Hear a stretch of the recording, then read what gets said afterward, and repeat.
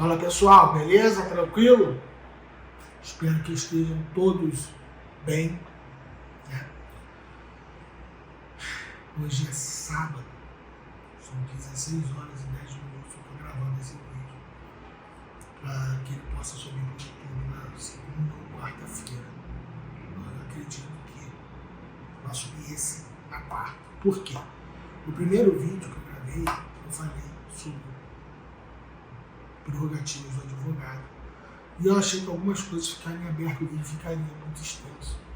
Então eu vou complementar o vídeo agora, nesse momento. Tá? Então vamos lá. O advogado, ele tem alguns direitos, como por exemplo, não entrar, e essa semana houve um vídeo que viralizou, né? Porque os policiais estavam botando o advogado no exercício da profissão dele e que não oferecia risco nenhum para aqueles policiais, todos eles armados, em um número de homens muito maior do que um único advogado, né? O advogado tem o direito de ser, se cometeu algum crime, de ser conduzido dentro da viatura para a delegacia de polícia e lá ser acompanhado por um delegado da OAB, um outro advogado, que vai ser o responsável por garantir justamente as prerrogativas do advogado que eu estou falando aqui. E aí viralizou um vídeo, eu vi muita gente achando gracinha, entendeu? Dos policiais pegando o cara e enfiando o cara numa cabine como se fosse de cachorro, dentro do porta-mala da viatura, entendeu? E muita gente defendendo isso, achando engraçado. Olha que eu sou um grande defensor de policiais, falei no vídeo anterior que fui militar, por 23 anos. Tá? Só que aquele advogado, ele não estava faltando respeito, nem oferecendo risco à segurança daqueles policiais, em hipótese alguma. Então, em hipótese alguma, ele deveria se colocar lá dentro. Então, falta treinamento aos policiais, que em sua grande maioria vem da nossa sociedade que a gente vive. Então existe um ranço desse poder que eles acreditam ter, que eles não têm, como os juízes, que eu falei, como os promotores, como os delegados, polícia. Né? E aí, você não pode generalizar, tem policiais educados e tal, mas eles são vítimas de um sistema em que não lhes oferecem o devido treinamento. E aí eles praticam aquele tipo de arbitrariedade ali que muita gente na internet estava achando gracinha. Pergunta-se alguma reportagem, que era na matéria de jornal, procurou um advogado que defenda as prerrogativas do advogado para falar sobre o absurdo daquele vídeo? Não perguntou. Por quê? Porque a intenção da imprensa e das pessoas que estão hoje no poder é justamente denegrir a imagem do advogado. Não raro a gente vê aí um monte de entrevista de especialista de ar-condicionado, que nunca divulgou, dizendo que o excesso de processos no Brasil é culpa do excesso de advogados. O barbudo aí, novideiro aí, falou esses dias que o Brasil tinha muita faculdade de direito, não sei o que e tal. Se tem, é porque alguém, durante a campanha, 20 anos atrás, lá em 2002, 2001, prometeu que ia formar não sei quantas pessoas de nível superior e reganhou as pernas para a abertura de cursos de nível superior no Brasil, não só de direito. Agora, se tem muito advogado no Brasil, é muito advogado bom, porque a prova da OAB é nível de concurso em vários países do mundo. Se o cara tiver a porcentagem de conhecimento que ele tem que ter para passar na prova da OAB hoje, ele passa concurso de magistratura em vários países do mundo. O negócio aqui está nesse nível. Então, se ele chegou a ostentar um negócio que eu vou mostrar para vocês, ó, falar para vocês. Eu sei que vocês gostam quando eu falo isso. Tá? Então, um momentinho. Se vocês têm esta porra aqui, isto aqui quer dizer que você sabe direito pra caralho. Porque para passar nessa prova da OAB aí, o cara tem que saber muito direito. Então você tem que ser respeitado. Tá? Então o juiz, ele é apenas um funcionário público, como a delegada, o delegado, o promotor, a promotora, o defensor, a defensora, a secretária da juíza, que acha que é juíza. Juiz leigo eu não vou nem... Juiz leigo eu não vou nem entrar no mérito, porque eu acho é graça. Uma das coisas que eu vejo juiz leigo fazer por aí é advogado baixar a cabeça para juiz leigo, de juizada para ficar mendigando sentença lá. Mas pula essa parte. A minha mãe foi professora por 48 anos. 48 anos.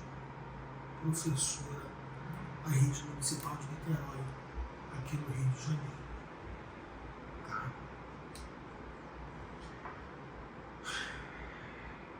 Profissão dela, professora. Ou funcionária pública. Concursada e tal, não sei o quê. Diferença dela para o juiz? Nenhuma. Ambos são importantes, cada um na sua área. A minha mãe fez o papel dela de alfabetizar. Eu me lembro de ser criança e minha mãe ser alfabetizadora. Então ela deve ter alfabetizado aí hoje uns 30 juízes. Né? Isso pegando uma proporção pequena. Mais uns 1000 advogados. Então não existiria esse juiz, não existiria esse médico, não existiria esse fisioterapeuta, não existiria esse gari, não existiria esse vendedor, não existiria nenhuma outra profissão se não existisse a profissão de professor. Então muita calma nessa hora, quando as pessoas se intitulam melhores do que os outros pelo cargo público que ocupam.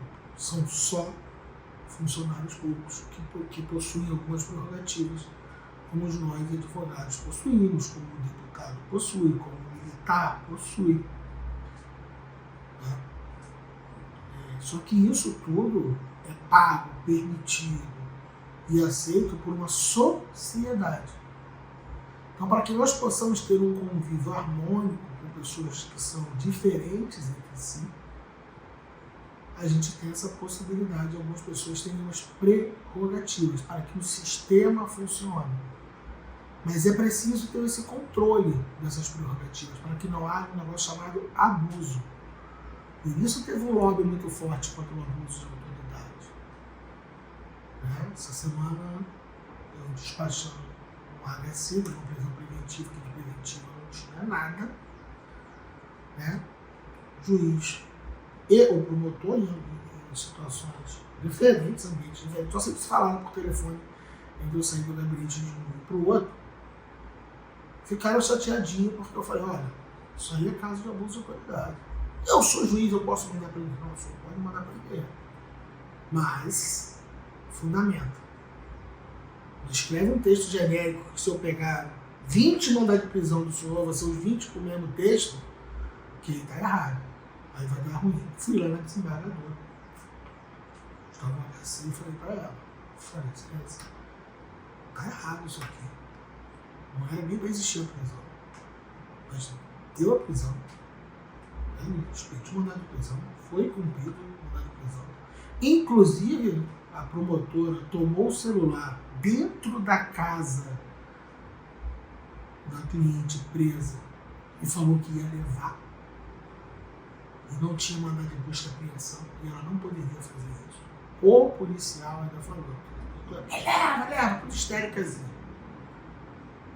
Então, assim, são pessoas frustradas, pessoas mal casadas, pessoas mal amadas, pessoas mal criadas pelos seus pais, que ocupam cargos importantes. Eu já falei sobre isso aqui, sobre o risco que é esses concursos que a gente vê por aí, para magistratura, para promotoria, pessoas de 25, 26 anos passando por um cargo tão importante, bonito, que onde deveria se promover a justiça, não se promove a justiça, se promove o ódio. Né?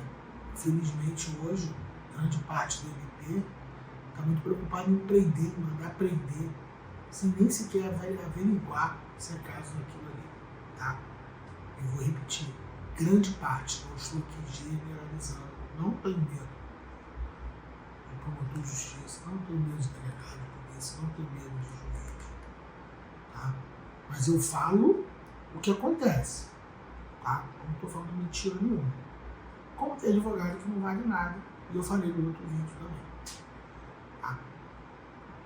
Então, que fique claro que o advogado não precisa se submeter a um tratamento desigual na sua atuação. Essa é a frase que eu quero que fique na sua mente.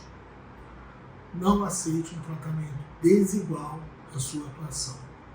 Desigual em relação ao promotor. Se o promotor falou 11 minutos, eu quero falar 11 minutos. Se o juiz fez perguntas para a testemunha, eu quero fazer perguntas para a testemunha. Que vão contra a pergunta do juiz? Vão. Eu já vi juiz falar assim, doutor, eu vou indeferir a sua pergunta que você quer que ela responda sim ou não. Ué, um sim ou um não podem resolver um processo. Vou dar um exemplo. Você emprestou a sua arma para fulano matar Beltrano? Aí a pessoa vai responder sim ou não. Então respostas sim ou não, elas não podem ser, ou perguntas cuja resposta pode ser sim ou não, ela não pode ser sumariamente indeferida pelo juiz. Né? Agora é lógico que existem técnicas de interrogatório, técnicas de audiência, em que o advogado que vai fazer o treinamento completo comigo de prática jurídica vai observar e vai aprender. Né? Então, ao invés de perguntar você emprestou, e a pessoa vai estar preparada para falar que não emprestou, entendeu? Você pode perguntar assim, o que você ganhou para emprestar aquela arma para o fulano matar Beltrano? Aí a pessoa vai falar, pô, não ganhei nada. Ah, tá, não ganhou nada, mas emprestou. Tá? Então, assim, esse é um exemplo do que a gente tem aí no dia a dia, tá bom? Forte abraço e lembrem-se, não admitam tratamento desigual. Fiquem com Deus. Até o próximo vídeo aí.